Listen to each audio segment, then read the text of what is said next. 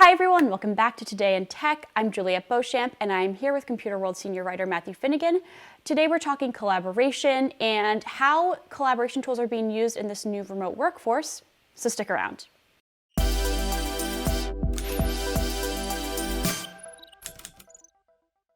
right, Matthew, thank you so much for calling in. Really appreciate it. All the way from Sweden, correct?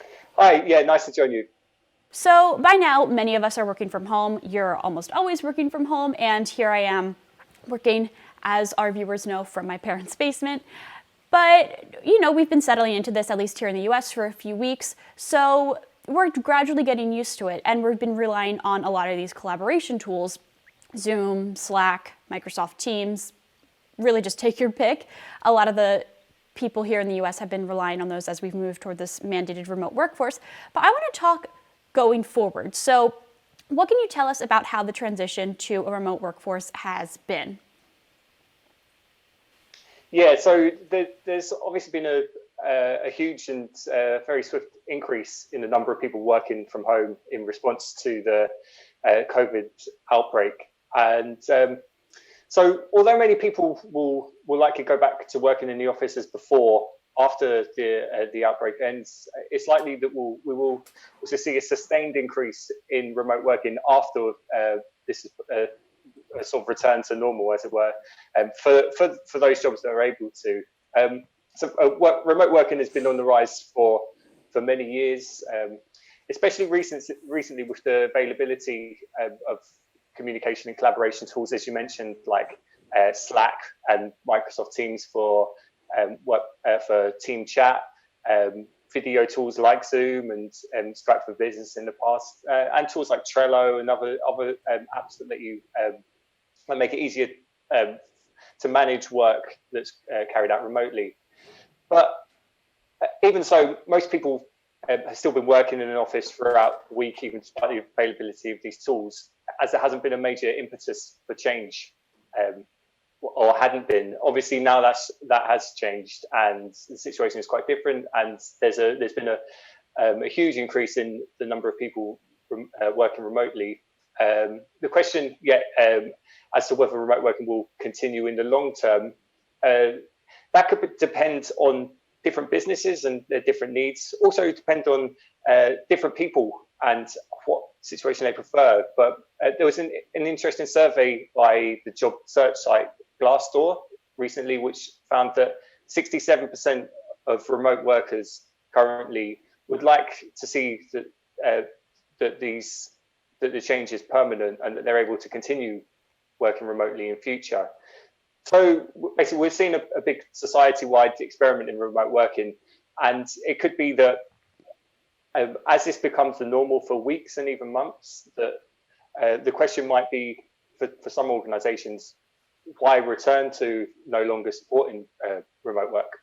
So beyond the more traditional in-person industries, healthcare, hospitality, I would imagine that those groups are going to need to return back to their offices and workplaces pretty quickly once it's safe to do so. But I'm wondering what the incentive will be for other organizations that don't necessarily need to be in person to then now mandate all of their workforce to now come back into the office. I'd imagine that could be a difficult transition. Yeah, there will be, for what people would describe as knowledge workers, a lot of tasks, depending on the organization and on the role within the organization, if they can be carried out remotely, then there are the capabilities to support people doing that.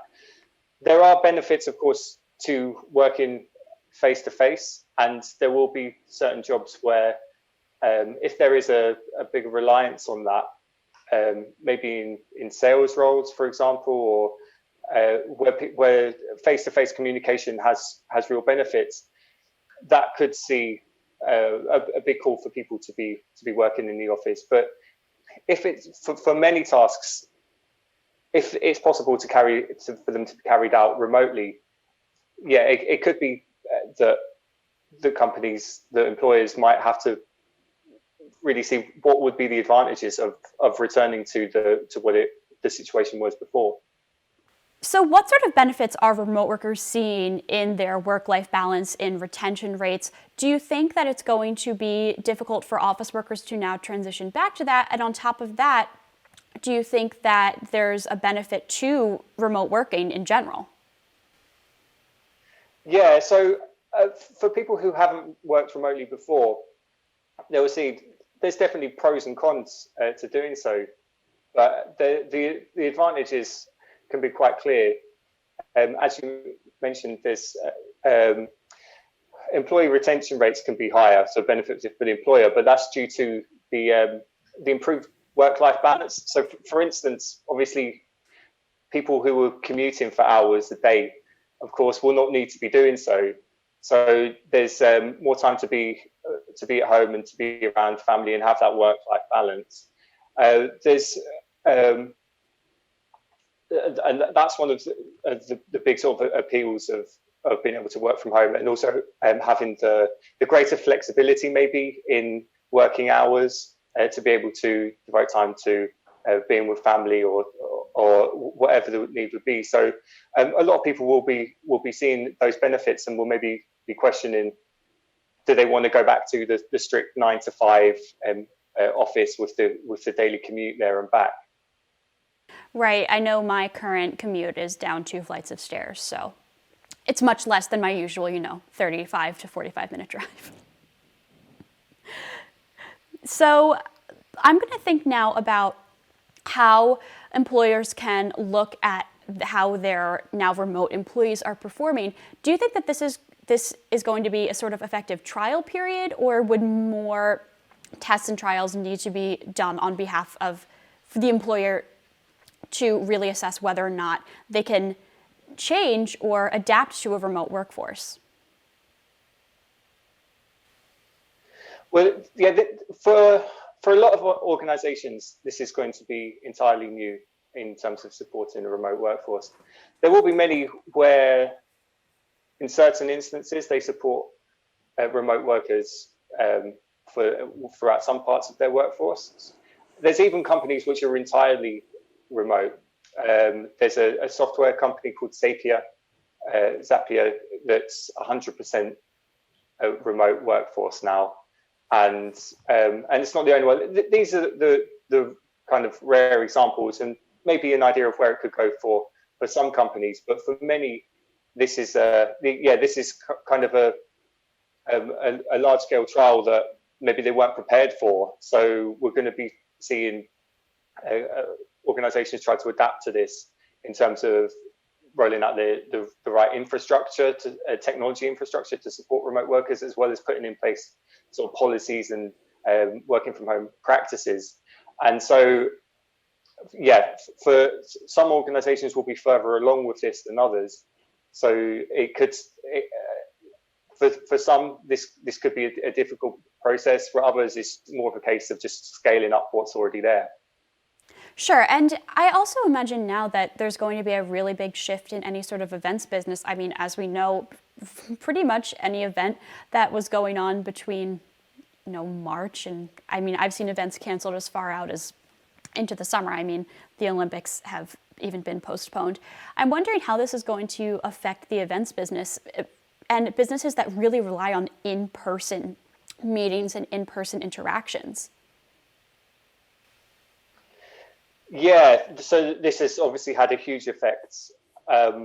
Many conferences, many tech conferences have moved to be virtual digital events.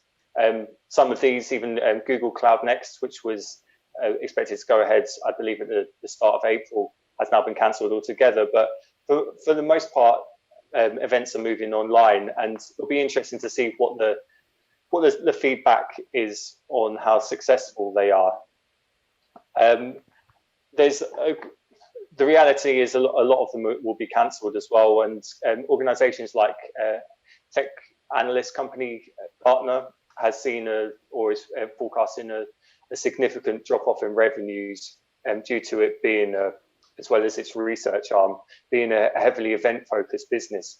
So there is going to be a significant impact there for the foreseeable future, at least. So there will be more virtual events going ahead, presumably.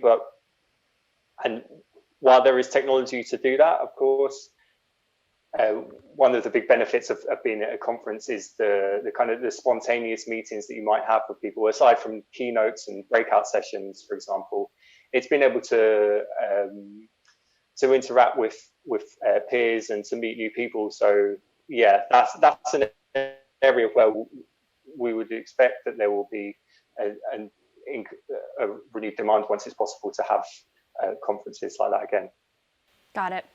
But you know, it's not all doom and gloom. I would imagine that there's very many sectors that can really benefit from this new remote work. And I'm wondering what sort of sectors are really doing well because of and by relying on collaboration tools, and where this could go just beyond the enterprise. I mean, people meeting over Zoom or Skype to chat with friends who they haven't spoken to in a while, or attend social meetings that they may not be able to get to.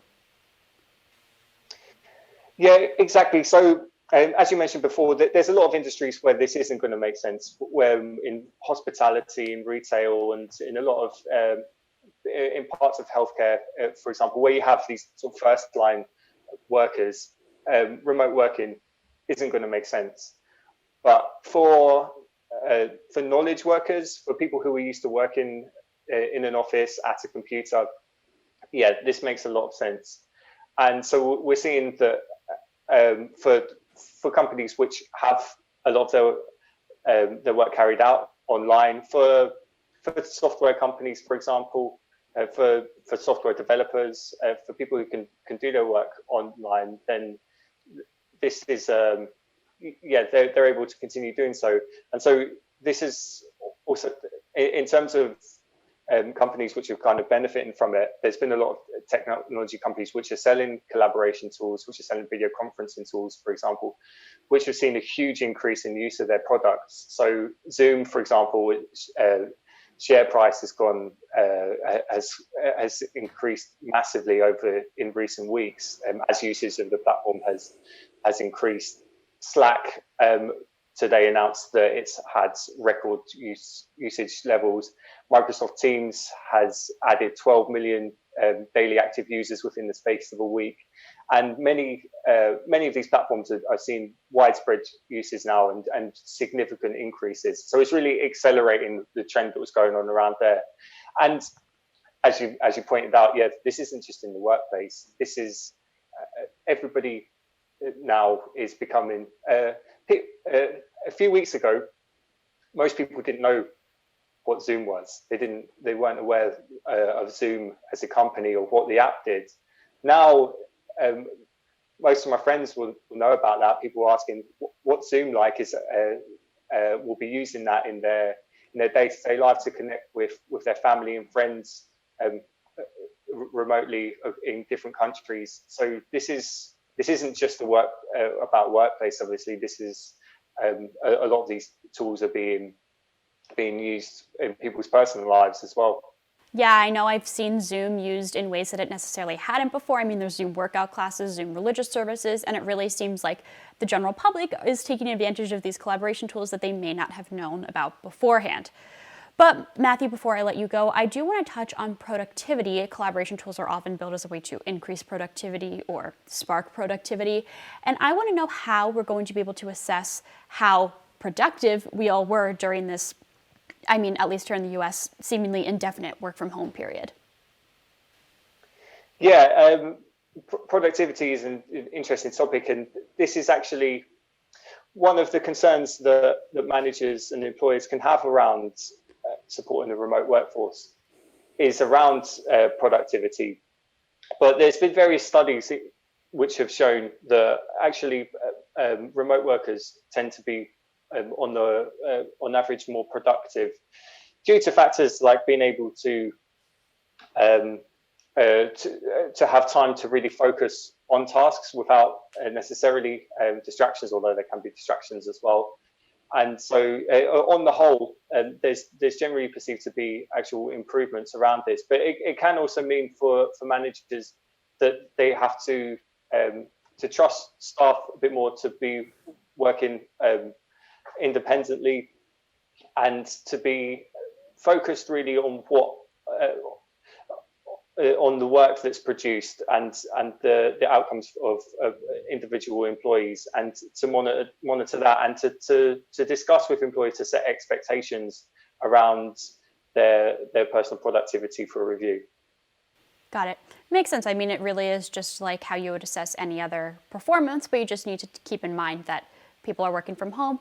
I would also imagine that there's a benefit, like you said, fewer distractions and the ability to maybe work outside of typical work hours, so you can take care of whatever you need to, whether it's, I mean, certainly not right now, but dropping your kids off at school, taking care of a pet, an elderly relative, whatever you need to be doing during perhaps traditional work hours can now be adapted because you're already at home. Just work earlier in the morning, later into the evening. Yeah, so it gives people time, or the ability to structure their time to really focus on work as and when they need to, and to set aside the time whenever that would be during their day to really focus on work. So in that sense, although there can be plenty of distractions from working from home, there are definitely benefits from that, as long as people, especially if employees are, there's discussions around this and employees are trained to get the best from remote working as well. Great, great. Well, thank you so much, Matthew, for calling in all the way from Sweden. And I hope your commute wasn't too bad, however many steps it was from your, living room to your office. All the way to my kitchen table, yeah. Thanks so much for calling in, and thank you all so much for watching this episode of Today in Tech. If you liked this video, be sure to give it a thumbs up and subscribe to our channel. If you have any questions about collaboration or advice on how to increase productivity while working from home, please leave a comment below, and I would love to see them. If you have questions, I'll get back to you on Matthew's behalf. Thanks again for watching, and we'll see you next time.